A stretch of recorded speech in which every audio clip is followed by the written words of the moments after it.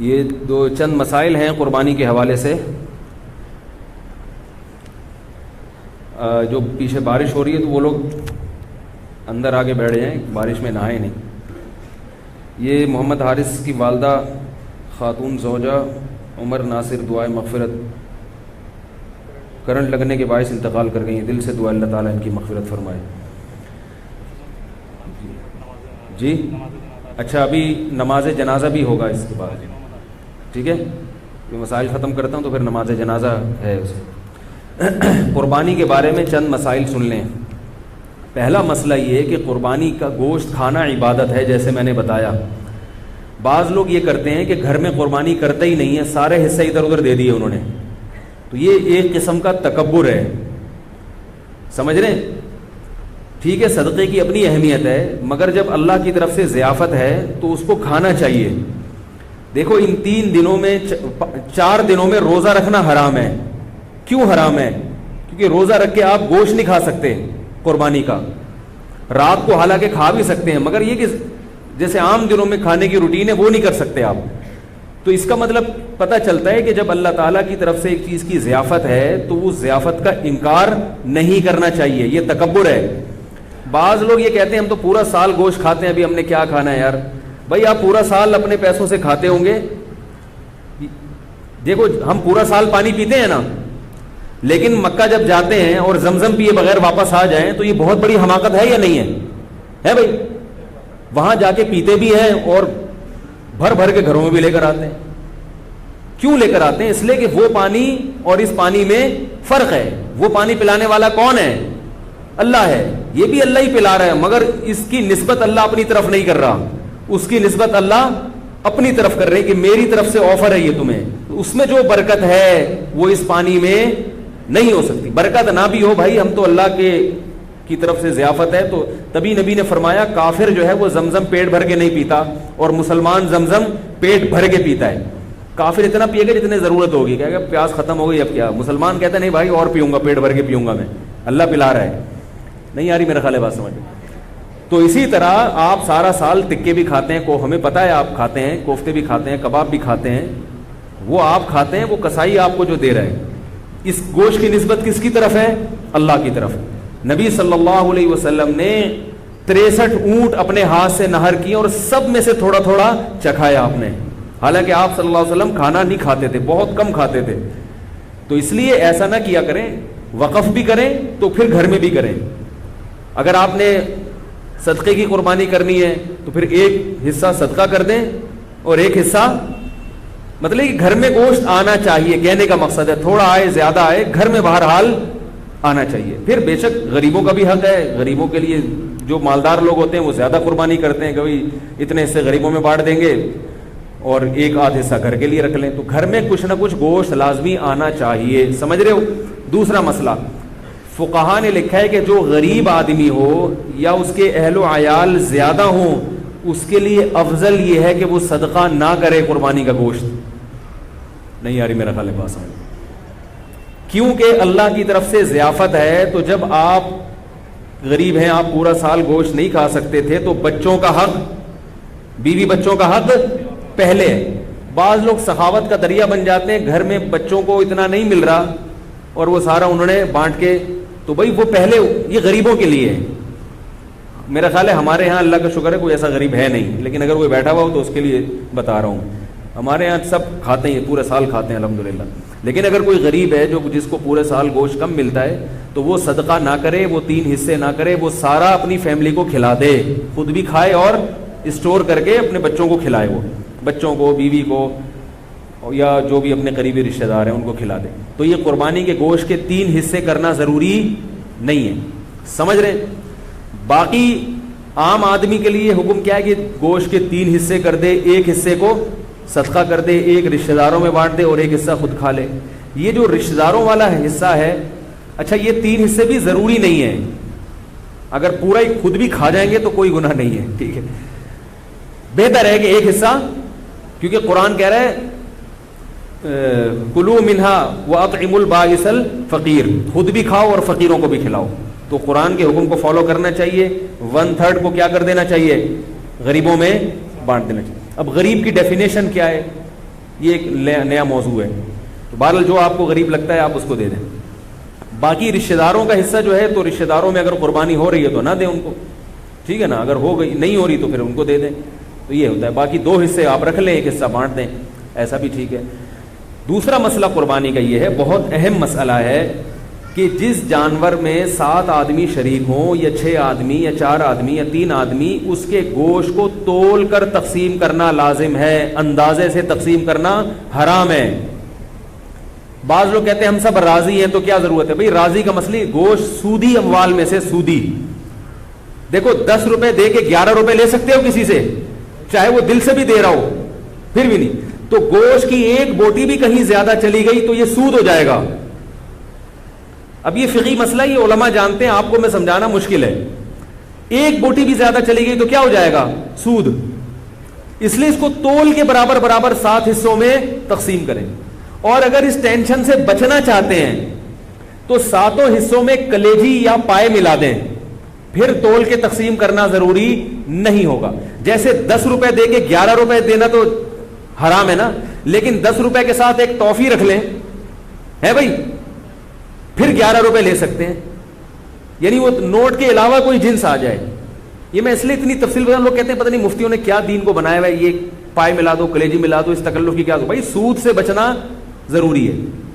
تو اب جب آپ اس میں کلیجی ملا دیں گے تو کلیجی گوشت کی جنس سے ایک الگ چیز ہے. تو اگر ادھر گوشت زیادہ آئے گا تو وہ کلیجی کے مقابلے میں ہوگا, ادھر کلیجی زیادہ آئے گی تو وہ گوشت کے مقابلے. جنس تبدیل ہونے سے سود کے مسائل پھر وہ پیش نہیں آتے. تو کلیجی ملا دیں. تو جب کلیجی تقسیم شروع میں ہوگی تو کلیجی لوگ پہلے 7 حصوں میں ڈیوائڈ کر لیتے ہیں, ٹھیک ہے. تو اس میں سے کچھ کلیجی نکال لیں اور کلیجی 7 حصوں میں ڈیوائڈ کر کے تھوڑا سا اس میں گوشت ملا دیں. کلیجی میں گوشت مل جائے گا اور گوشت میں کلیجی. وہ ایک ہیروئن چی بیٹھا ہوتا نا پائپ کے منہ میں, پائپ ہوتے ہیں نا برساتی نالے, اس کے اندر ہیروئن چی بیٹھ کے ہیروئن پی رہا تھا, کہہ رہا ہے میں پائپ کے منہ میں ہوں اور میرے منہ میں پائپ ہے. اس کو بڑا انجوائے کر رہا تھا اس سے وہ. تو آپ جب کلیجی میں گوشت ملائیں گے اور گوشت میں کلیجی ملائیں گے تو اس کو کیا کریں گے, آپ انجوائے کریں گے, ٹھیک ہے. تو شروع میں کلیجی کے 7 حصے کریں اور اس میں تھوڑی سی کلیجی نکال لیں, باقی کے 7 حصے کر کے اس میں 1-1, 2-2 بوٹی ملا دیں.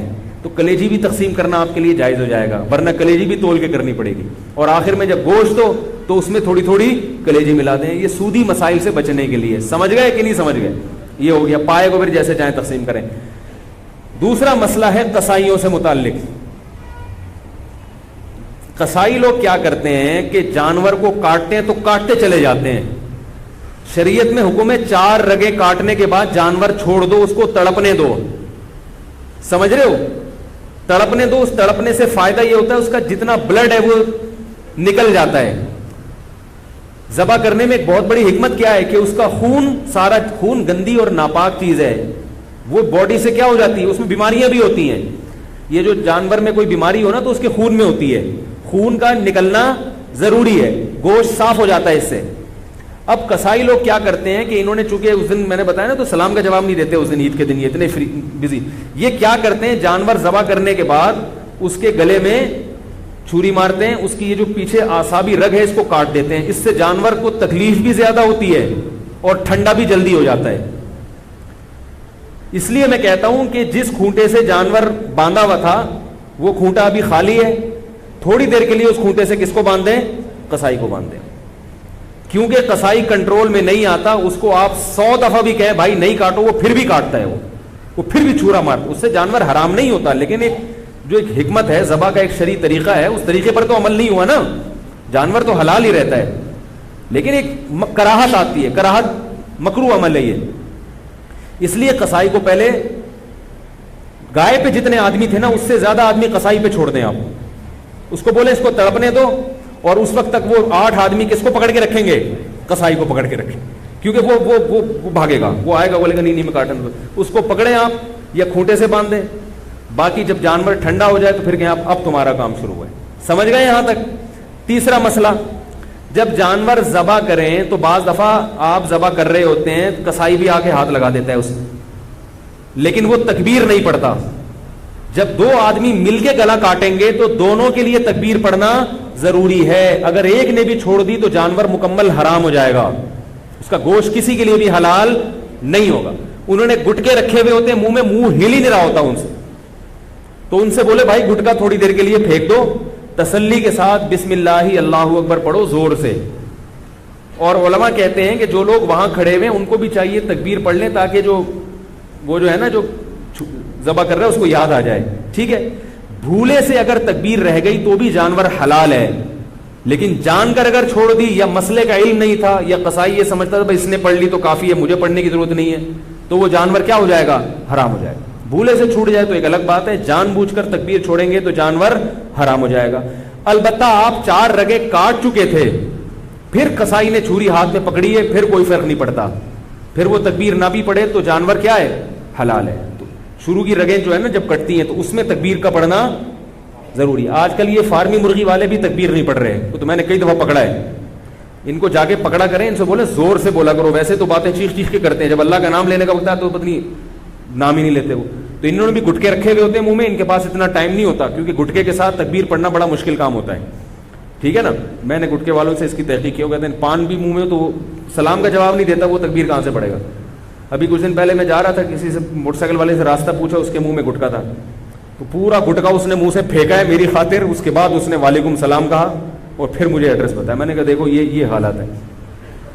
تو اللہ کا نام لینا ہے زور سے. ٹھیک ہے, اور جانور خود ذبح کیا کریں, قصائی سے باقی کام کروا لیں آپ. نبی صلی اللہ علیہ وسلم نے خود جانور ذبح کیا, صحابہ خود جانور ذبح کیا کریں, یہ عبادت ہے. اور علماء کہتے ہیں کہ جس سے جانور ذبح ہوتا ہے نا, اس سے بھی انشاءاللہ اس گوشت میں کیا آتی ہے, لذت اور برکت. تو آپ خود کریں, اگر قصائی نیک آدمی ہے تو ٹھیک ہے اس سے کروا لیں. قصائی میں نیک بھی ہوتے ہیں, برے بھی ہوتے ہیں, ہر طرح کے لوگ ہوتے ہیں, اور بہتر یہ کہ آپ کا جانور ہے تو آپ چھری خود چلائیں. بعض لوگوں کا دل بہت نرم ہوتا ہے, چھری نہیں چلتی ان سے, تو ان کو چاہیے چھری چلائیں, کیونکہ اسلام اتنے دل کی نرمی کو پسند نہیں کرتا. اگر اتنا نرم دل ہوگا تو آپ اپنے ملک کی حفاظت نہیں کر سکتے. آئی بات سمجھ میں؟ آپ اپنے دین اور ملک دشمن لوگوں سے لڑ نہیں سکتے.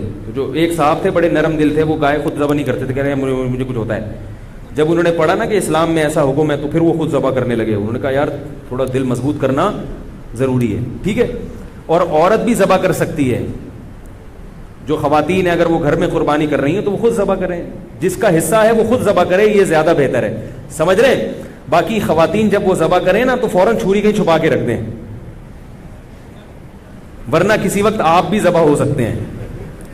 کیونکہ جب ایک دفعہ ان کا ہاتھ چل جائے نا, ان کو اچھا ہم تو یہ بھی کر سکتے ہیں, ابھی تک تو ان کو یہ ہے کہ ہم تو گلا کاٹ ہی نہیں سکتے کسی کا, تو اس لیے وہ چھری فوراً چھپا کے رکھ دیں. سمجھ رہے ہو؟ تو یہ ہو گیا قربانی کا ایک مسئلہ. جو جانا چاہیں بھائی جا سکتے ہیں, میری طرف سے اجازت ہے, میں نے نہیں بٹھایا. نماز صبح 7 بجے ہوگی, ٹھیک 7 بجے بھی نماز جنازہ یہ ہم کرتے ہیں تاکہ جو ہے نا. اچھا, دوسرا مسئلہ جلدی جلدی میں بیان کر دوں. تو یہ مسئلہ ہو گیا, گوشت تقسیم کرنے کا مسئلہ ہو گیا, اور قصائی کا مسئلہ ہو گیا. دوسرا, جانور میں 7 حصے ضروری نہیں ہے. 7 کا مطلب ہے زیادہ سے زیادہ 7 آدمی, 6 بھی برابر ہو سکتے ہیں. لوگ 6 آدمی گائے میں شریک ہے تو وہ 7واں تلاش کر رہے ہیں. بھائی کوئی بات نہیں, 6 برابر حصوں میں ڈیوائڈ کر دو اس کو. 5 آدمی ہیں تو 5 برابر حصوں میں ڈیوائڈ کر دو. 4 ہیں تو 4, 1/4 ایک کا, 1/4 دوسرے کا, 1/4 تیسرے کا, 1/4 چوتھے کا. 2 ہیں تو 2, آدھی گائے ایک کی, آدھی ایک. ایک صاحب نے مجھے کہا کہ ہم 2 بھائی ہیں, گائے لی ہم نے, تو 3 حصے میرے ہیں, 3 اس کے ہیں, ایک کسی کا نہیں مل رہا. تو میں نے کہا بھائی آدھی آپ لے لو, آدھی اس کی. انہوں نے کہا اچھا پھر ہم 6 حصے کرتے ہیں, 3 میں لے لیتا ہوں, 3 وہ لے لیتے ہیں.